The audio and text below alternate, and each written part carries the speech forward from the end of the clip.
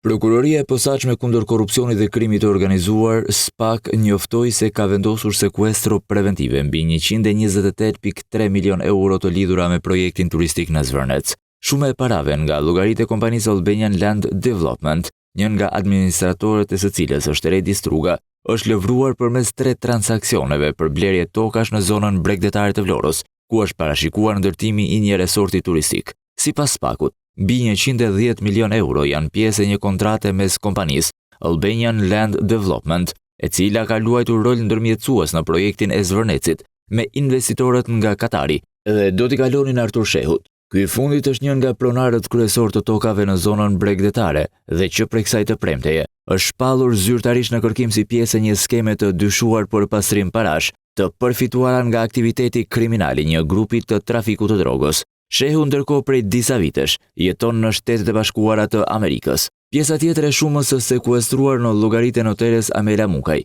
lidhet me 2 kontrata që kompania Albanian Land Development ka me shtetasit Ferdinand Sulaj dhe Burbuqe Sulaj. Masa e sekuestros për shumën prej 128.3 milion eurosh u miratua dhe u zbatua këtë të premte.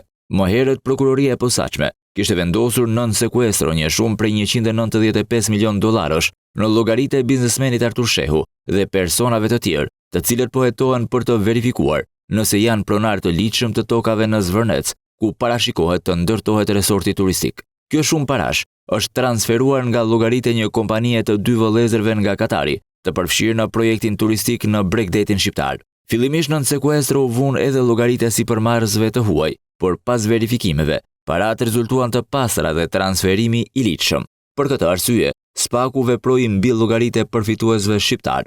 Për këtë operacion të prokurorisë së posaçme ka reaguar dhe kryeministri Edi Rama, sipas të cilit hetimi do të shërbejë si një sqarim i plot për çdo pretendim që lidhet me pronësinë e tokave të përfshira në projektin turistik në Zvërnec.